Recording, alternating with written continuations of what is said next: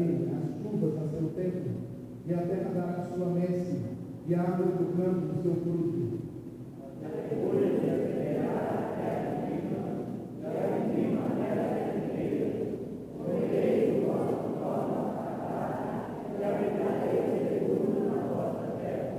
Estabelecerei paz na terra, deitar-vos eles, e não haverá quem vos espante. Farei cessar os animais nocivos da terra, e pela vossa terra não passará espada.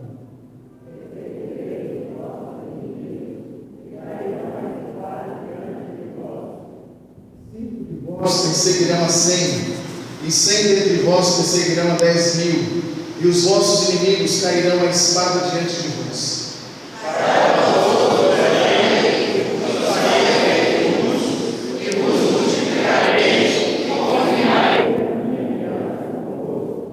Comereis o velho da colheita do trem novo, e para dar lugar ao novo tirareis fora o velho.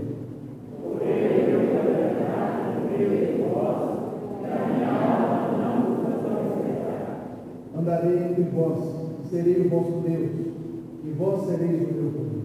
Eu sou o Senhor vosso Deus, que vos tirei da terra perdido, aí não fosse separado, porque veio testemunho do vosso povo, e dos filhos da terra. Deus abençoe a leitura de sua palavra. Pode se assentar. Meus irmãos, nós temos, nesse ano de 2016, feito uma caminhada pelos textos da Bíblia, pelos livros da Bíblia, e começamos no ano passado estudando o livro do Gênesis e também o livro de Miqueias, as duas primeiras estações. Este ano já falamos sobre o livro do Êxodo, e nós estamos então na quarta estação, o livro de Levítico, um livro que visa especialmente falar sobre como devemos agradar a Deus. Este livro começa falando sobre os sacrifícios, sobre as ofertas que o povo deveria prestar ao Senhor, para que deste modo fossem aceitos diante do seu Deus. Percebemos que Deus separou um povo especial, a tribo de Levi, e dentre a tribo de Levi, a família de Arão, para serem os sacerdotes. A tribo de Levi tinha papel especial no templo para o cuidado com o tabernáculo, com as especiarias, com o altar do holocausto, com as ofertas. Eles estavam todos ali para servir a Deus no templo. Não tinham herança, pois eles comiam daquilo que era dizimado ao Senhor. Por essa razão eles não tiveram posse na terra prometida e não tinham trabalho. Eles apenas se esforçavam no trabalho do templo. Trabalhavam dos 30 até os 50 anos, e assim era trocado aqueles que por sucessão genealógica iam então sendo substituídos no trabalho sacerdotal.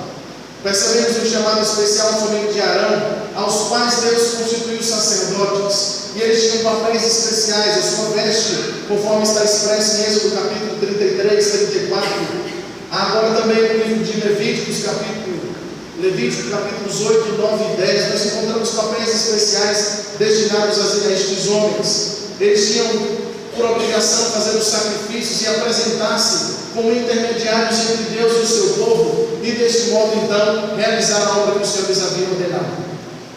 A partir do capítulo 11 nós encontramos diversas leis, as quais são sobre diversas áreas da vida.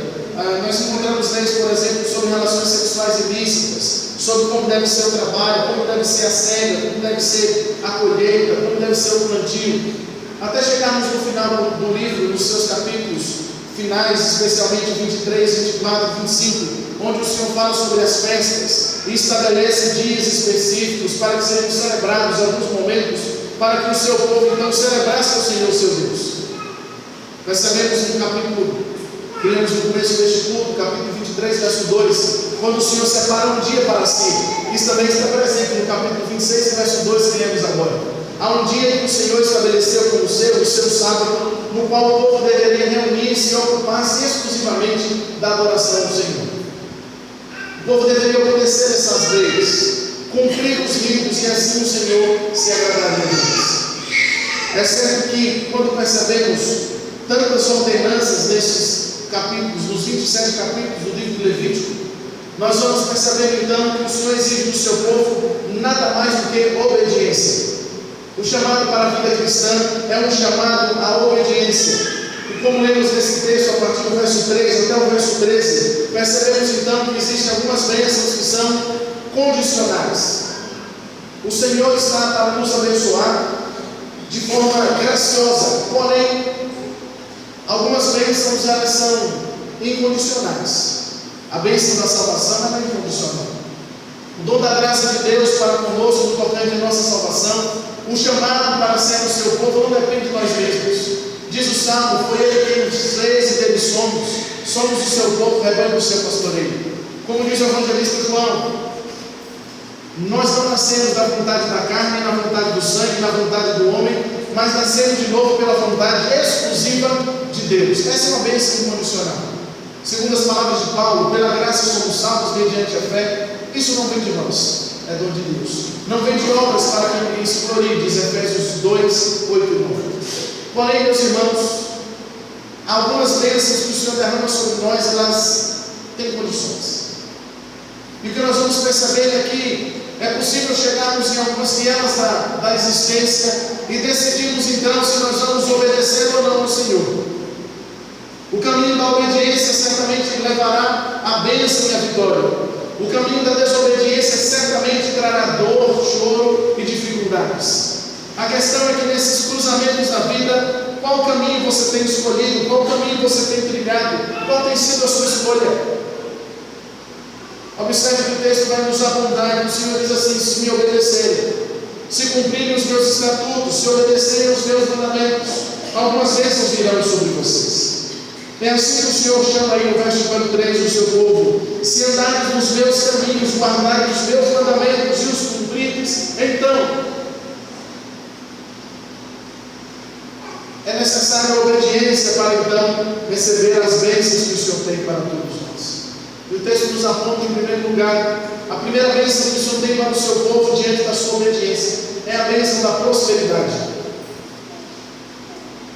Tantas pessoas têm pensado e buscado de algum modo experimentar a prosperidade em suas vidas, a prosperidade financeira, a prosperidade na vida familiar, a prosperidade nos estudos, na sua vida pessoal, no tocante à criação dos seus filhos, mas se esquece que a prosperidade que o Senhor pode dar, ela decorre da obediência. Observe que o texto diz a partir do verso 4: eu vos darei as chuvas a seu tempo. Sabem aqui os irmãos que cuidam da terra, que se a chuva não ocorrer no tempo adequado, de nada resolve. A lavoura sente a falta da chuva. Deus disse que daria a chuva ao seu tempo. A terra vai dar o seu fruto, a árvore do campo também. A debulha vai se estender até a vindima, que é a hora de colher. E a vindima até a sementeira, de modo que vocês vão comer pão a fartar-se e habitarão seguros na terra. Diz o texto mais, no verso de número 10: comereis o velho da colheita anterior, e para dar lugar ao novo, tirareis o fora o velho. Seriam tão abençoados, de tal forma, que chegariam a um ponto que poderiam tirar das suas vasilhas, dos seus celeiros, aquilo que era das colheitas anteriores, para dar lugar ao novo. Tal seria a bênção do Senhor sobre eles. Não precisariam passar dificuldade, porque lá das vasilhas, olhar para o celeiro vazio e dizer: o que faremos no próximo ano? Essa bênção o Senhor daria ao seu povo mediante a sua obediência. Olha o que diz no livro de Isaías, capítulo 26, e verso 3. Vamos ler juntos. Tu és o Senhor, dás prosperidade às pessoas que têm a firme fé, às pessoas que confiam em ti. É a esses que o Senhor vai conceder a sua bênção. Aqueles que são firmes no seu propósito, aqueles que temem, guardam os mandamentos do Senhor, a estes o Senhor dará não apenas a prosperidade, mas também lhes concederá a sua paz. Observe o que diz o verso de número 6: estabelecerei paz na terra, deitar-vos-eis, e não haverá quem vos espante. Farei cessar os animais nocivos da terra. Como é terrível vivermos com esses escorpiões, com pragas no meio da lavoura. Como é difícil percebermos algumas coisas que às vezes na nossa vida sugam as nossas energias. O Senhor disse que a terra não daria estes maus. Pela vossa terra não passará a espada. Perseguireis os vossos inimigos e cairão a espada diante de vós. Com apenas 5 vocês serão como 100. Com apenas 100 vocês perseguirão a 10.000. O Senhor fará multiplicar a força do seu povo. Meus irmãos, se é uma palavra que nós precisamos experimentar no nosso dia a dia, é a paz. Como expresso ali naquela figura, Shalom. Alguns crentes têm o bom hábito de saudar com a paz do Senhor. Tem gente que fala a paz do Senhor já no sentido usual da palavra e não transmitem mais na sua expressão o que de fato significa a paz do Senhor. Os seus olhos não estão tranquilos, o seu coração não experimenta sossego, bonança. Pelo contrário, às vezes estão ansiosos como cantamos. Mas como acabamos de afirmar na canção, nós não precisamos andar ansiosos, ficar preocupados. Afinal de contas, quem vai garantir o nosso sustento, quem vai garantir a nossa vida tranquila, é o Senhor nosso Deus. É Ele que nos dá paz, é Ele que nos dá prosperidade. Nós não precisamos correr atrás das bênçãos. As bênçãos seguem aqueles que temem ao Senhor. É isso que o texto nos ensina. É isso que Deus está dizendo ao seu povo. Esperem em mim, confiem em mim, obedeçam aos meus mandamentos, e certamente vocês serão poderosamente abençoados, serão vitoriosos, não haverá inimigo que vos possa resistir. Irmãos, a proporção é muito pequena, 5%. 5 valerão por 100, 100 valerão por 10 mil. Não é porque é a força do braço. Isso Gideão experimentou. Isso disse Davi: você vem a mim com paus e pedras, espadas e lanças, mas eu vou a ti em nome do Senhor dos Exércitos. É assim que nós vamos vencer as nossas batalhas. É assim que nós vamos experimentar paz. Alguém que veio para garantir a nossa paz, conforme expressa Romanos 5:1, justificados, pois, pela fé, temos paz com Deus, por meio do nosso Senhor Jesus Cristo. O sacrifício de Jesus na cruz é que garante a paz no nosso coração, é que garante que nós podemos viver tranquilamente nessa terra, conforme o discurso de Jesus em Mateus capítulo 6, a partir do verso 24, 25. Não andeis ansiosos de coisa alguma. O Senhor veste as aves, os lírios do campo, cuida das aves do céu. Por que vocês estão preocupados? Não temam, eu sou com vocês. É isso que o Senhor quer de todos nós. É isso que expressa também a palavra de Deus. No Salmo 65, verso 5, vamos ler juntos. Somente em Deus eu encontro paz, e ninguém encontra a minha esperança. Não vai adiantar você colocar sua esperança no próximo governante, naquele que irá assumir o governo municipal ou o governo federal, ou seja qual for a instituição que você segue. Não são esses que garantem a paz e a segurança. Só quem pode garantir paz e segurança na vida do crente é o Senhor Deus. Somente em Deus, apenas em Deus, é que nós encontramos a verdadeira paz. A paz que excede todo entendimento, guarda nossa mente e guarda o coração em Cristo Jesus. Por fim, o texto também nos fala nos versos de número 10 até 13 o seguinte. Vamos ler juntos, por favor, de 10 a 13, desculpa, de 11 a 13 do capítulo 26 de Levítico. Vamos lá. Porém, o meu tabernáculo no meio de vós, e a minha alma não vos aborrecerá.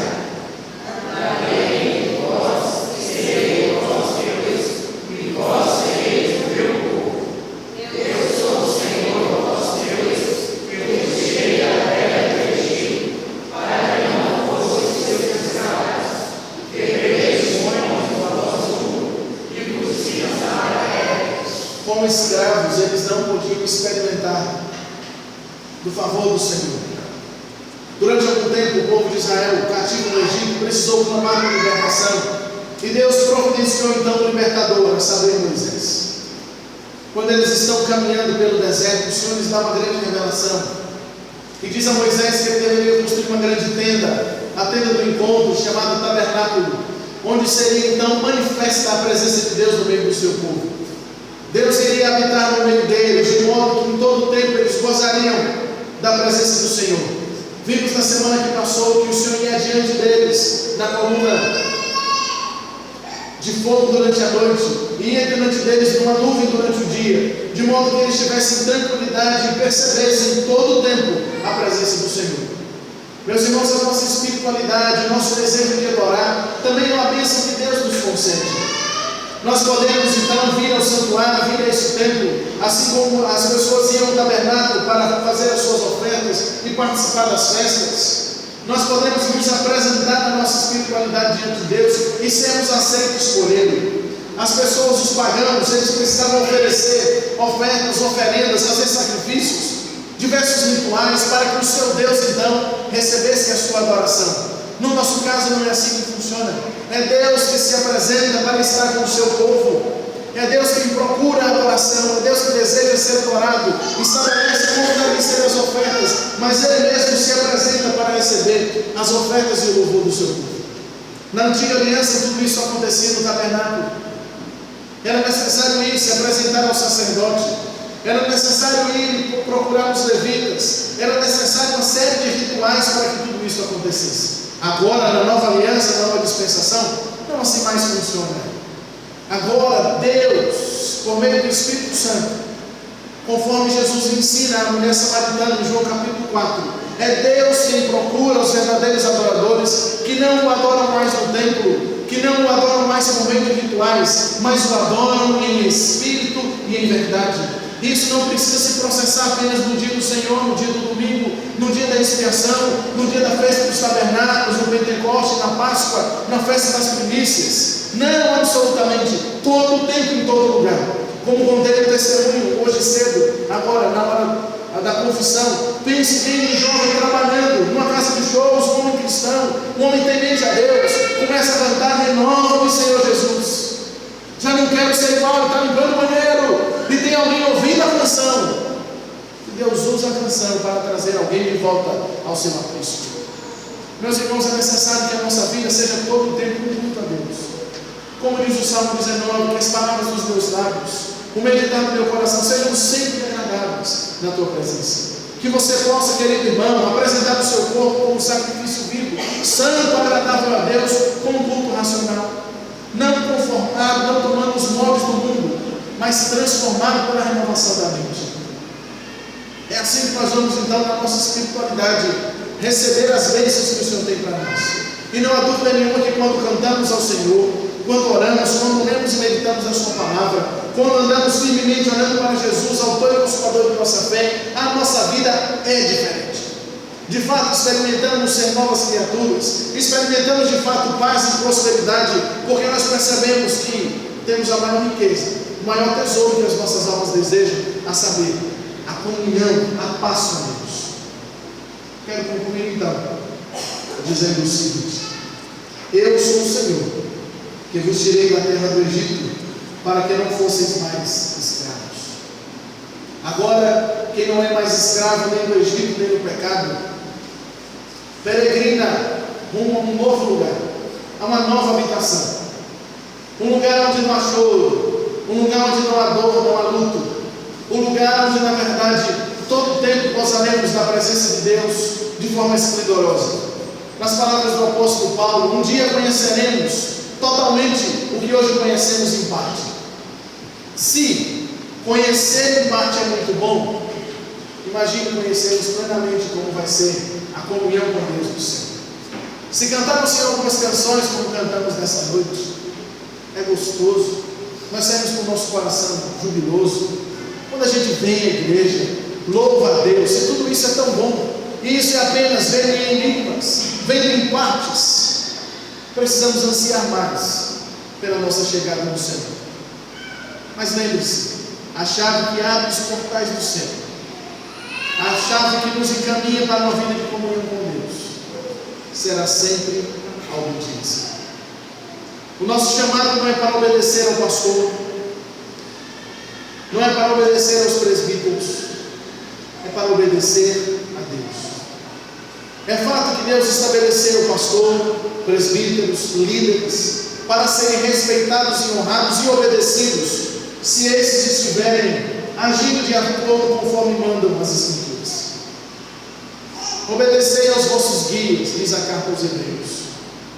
É na obediência a Deus que a liderança da igreja precisa, cada vez mais, chamá-los ao caminho da obediência, a não viverem como viviam na ignorância, nos tempos da ignorância, afastados de Deus, perdidos no mundo, vagando de um lado para outro.